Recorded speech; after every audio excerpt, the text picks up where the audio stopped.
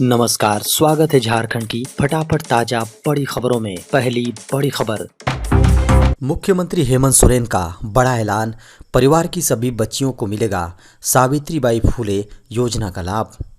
पलामू में झारखंड के मुख्यमंत्री हेमंत सोरेन ने बड़ी घोषणा करते हुए कहा कि परिवार में शामिल सभी बच्चियों को सावित्रीबाई फुले योजना से जोड़ा जाएगा। उन्होंने कहा, पहले इस योजना से परिवार के केवल 2 बच्चियों को लाभ मिल सकता था, लेकिन इस बाध्यता को समाप्त किया गया है। मुख्यमंत्री ने कहा कि परिवार में मौजूद सभी बच्चियों को इस योजना से जोड़ा जाएगा। बच्चों की पढ़ाई का सारा खर्च सरकार उठाएगी।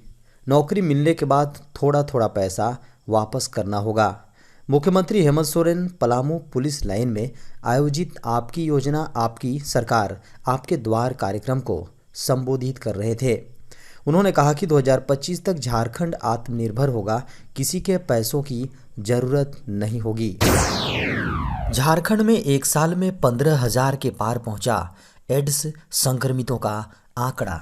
एड्स कंट्रोल संगठन के आंकड़ों की माने तो पिछले साल 6,22,140 लोगों की जांच की गई, जिसमें से 975 लोग HIV संक्रमित पाए गए हैं। दरअसल झारखंड की जहां वर्तमान में 15,326 लोग एड्स से प्रभावित हैं, ये आंकड़े बेहद भयावह हैं।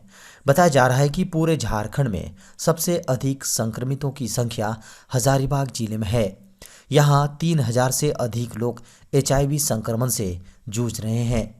मीडिया की खबरों को माने तो एड्स संक्रमितों को झारखंड सरकार की ओर से कई सुविधाएं भी मुहैया कराई जा रही हैं। 9,612 को राशन कार्ड, 7,215 को आयुष्मान कार्ड और 7,660 को पेंशन का लाभ मिल रहा है।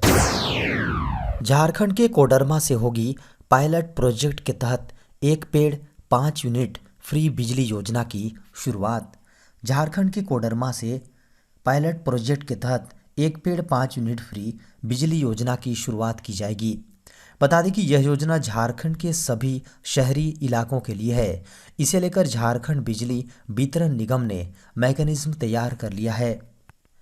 बता दें कि अगर कोई उपभोक्ता अपने आवास या फिर अपने ज़मीन पर 1 पेड़ लगाता है तो उसे 5 यूनिट बिजली मुफ्त दी जाएगी। इसके साथ ही इस योजना की सीमा 5 पेड़ या 5 यूनिट तक रहेगी।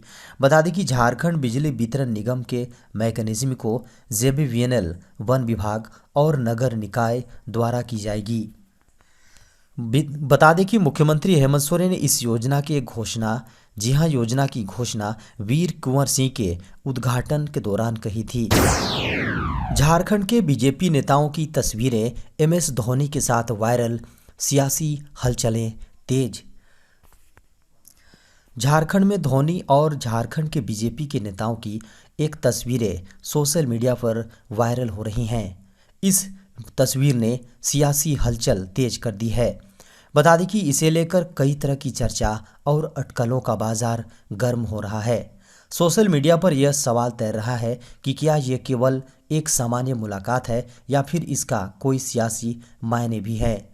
मीडिया की खबरों को माने तो महेंद्र सिंह धोनी गुरुवार की शाम मुंबई की फ्लाइट पकड़ने रांची के बिरसा मुंडा एयरपोर्ट पर थे।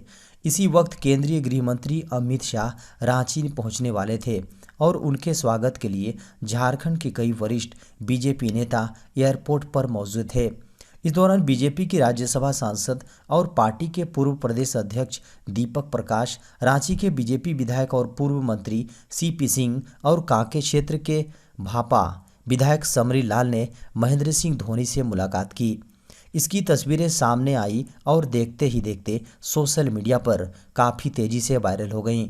खबरों की माने तो लोग इन तस्वीरों को धोनी के राजनीति में एंट्री की संभावनाओं से जोड़कर चर्चा करने लगे हैं। झारखंड के मुख्यमंत्री हेमंत सोरेन ने पलामू को दी करोड़ों की सौगातें। झारखंड के CM श्री हेमंत सोरेन ने पलामू वासियों को करोड़ों की सौगात दी हैं। बता दें कि स्थानीय पुलिस लाइन में आयोजित आपकी योजना आपकी सरकार आपके द्वार कार्यक्रम में CM ने कई योजनाओं का शिलान्यास और उद्घाटन किया है। इस दौरान समारोह में मुख्यमंत्री हेमंत सोरेन के साथ ही पेयजल एवं स्वच्छता मंत्री मिथिलेश ठाकुर, श्रम नियोजन मंत्री सत्यानंद भोक्ता, कृषि मंत्री बादल पत्रलेख समेत कई जनप्रतिनिधि और अधिकारी भी मौजूद थे। बता दें कि झारखंड के मुख्यमंत्री हेमंत सोरेन ने 99 करोड़ की लागत से 110 योजनाओं का उद्घाटन और 91.46 करोड़ की लागत से बनने वाले 72 योजनाओं का शिलान्यास किया। सीएम ने लाभुकों के बीच लाखों की परिसंपत्तियों का भी वितरण किया। समारोह में बड़ी संख्या में स्थानीय जिला के लोग मौजूद रहे। इनकी कई समस्याओं का निपटारा मौके पर ही किया गया। ई कॉमर्स कंपनियों पर सरकार सख्त नियम उल्लंघन करने पर लगेगा 10 लाख तक का जुर्माना। केंद्र सरकार ने ई कॉमर्स कंपनियों पर शिकंजा कसा है। सरकार ने डार्क पैटर्न से जुड़ी गाइडलाइंस अधिसूचित की। गाइडलाइंस का उल्लंघन करने पर 10 लाख रुपए तक का जुर्माना लगाया जाएगा। डार्क पैटर्न अपनाने वाली ई कॉमर्स कंपनियां इस दायरे में आएंगी। सरकार की ओर से सितंबर में गाइडलाइंस का ड्राफ्ट जारी हुआ था। इसका पालन नहीं करने वाली कंपनियों पर जुर्माना लगेगा। सरकार दिशा निर्देश का उल्लंघन करने वाली ई कॉमर्स कंपनियों पर 10 लाख रुपए तक का जुर्माना लगा सकती है। भारत के केंद्रीय उपभोक्ता संरक्षण प्राधिकरण ने 30 नवंबर 2023 को डार्क पैटर्न की रोकथाम और विनियमन के लिए दिशा निर्देशों को अधिसूचित किया है।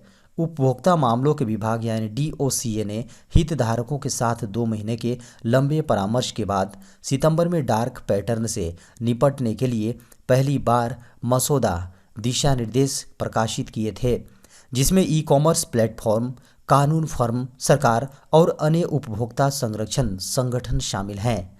दिशा निर्देशों पर सार्वजनिक टिप्पणियां, सुझाव और प्रतिक्रिया मांगी थी। देश में 1 दिसंबर से बदल गए नए सिम कनेक्शन लेने के नियम। देश भर में इन दिनों फर्जी सिम के जरिए बढ़ रहे धोखाधड़ी के मामले को देखते हुए 1 दिसंबर से नए सिम कार्ड के नियम को लागू किया गया है। सरकार का मानना है कि इन नियमों के लागू होने के बाद इसमें कमी आएगी, जिसके बाद आम लोगों को इस तरह से फ्रॉड से राहत मिलेगी। सरकार ने पहले इस बदलाव को करने के लिए 1 अक्टूबर 2023 की तिथि तय की थी, लेकिन किसी कारणवश इसे 2 महीने के लिए आगे बढ़ाने का निर्णय लिया गया था, जिसे 1 दिसंबर से लागू कर दिया गया है। नए नियमों के अनुसार अब सिम खरीदने और बेचने वाले दोनों का वेरिफिकेशन अनिवार्य कर दिया गया है। सिम डीलरों को अब पुलिस वेरिफिकेशन भी कराना होगा। इस नियम से पहले केवल सिम खरीदने वाले ग्राहक का ही वेरिफिकेशन किया जाता था। इस नियम के लागू होने से सबसे बड़ा फ़ायदा ये है कि अब कोई भी किसी के नाम से सिम नहीं खरीद सकेगा।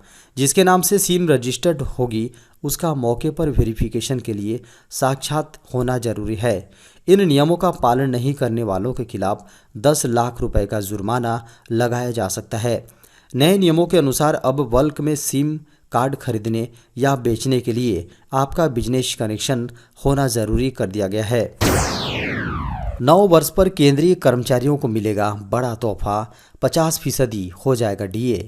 केंद्र सरकार अपने कर्मचारियों को नए साल के मौके पर महंगाई भत्ते में वृद्धि का तोहफा दे सकती है, क्योंकि सरकार साल में 2 बार जनवरी और जुलाई के दौरान DA में इजाफा करती है। सरकार AICPI आंकड़े के अनुसार 7वें वेतन आयोग के तहत केंद्रीय कर्मचारियों के महंगाई भत्ते में इजाफा करती है। इस कारण कई बार कर्मचारियों का DA 3% तो कई बार 4% बढ़ता है। केंद्रीय कर्मचारियों के महंगाई भत्ते के साथ ही सरकार पेंशनर्स के महंगाई राहत में भी इजाफा करती है।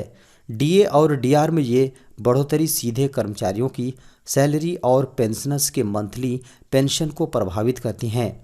फिलहाल 7वें वेतन आयोग के तहत कर्मचारियों और पेंशनर्स को 46% DA और DR दिया जा रहा है।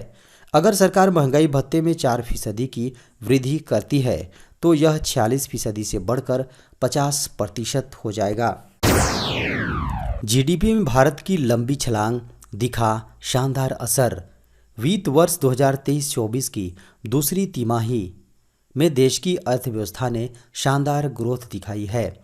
दूसरी तिमाही में भारत की GDP ग्रोथ रेट 7.6% रही है। प्रधानमंत्री नरेंद्र मोदी ने कहा कि दूसरी तिमाही के लिए सकल घरेलू उत्पाद यानी जीडीपी की वृद्धि का आंकड़ा वैश्विक स्तर पर ऐसे कठिन समय के बीच भारतीय अर्थव्यवस्था के लचीलेपन और ताकत को दर्शाता है। भारत दुनिया की प्रमुख अर्थव्यवस्थाओं में सबसे तीव्र आर्थिक वृद्धि दर हासिल करने वाला देश बना हुआ है। चीन की जीडीपी वृद्धि दर इस जुलाई सितंबर तिमाही में 4.9% रही। वहीं इस वित्त वर्ष की पहली तिमाही में भारत की जीडीपी ग्रोथ 7.8% रही थी।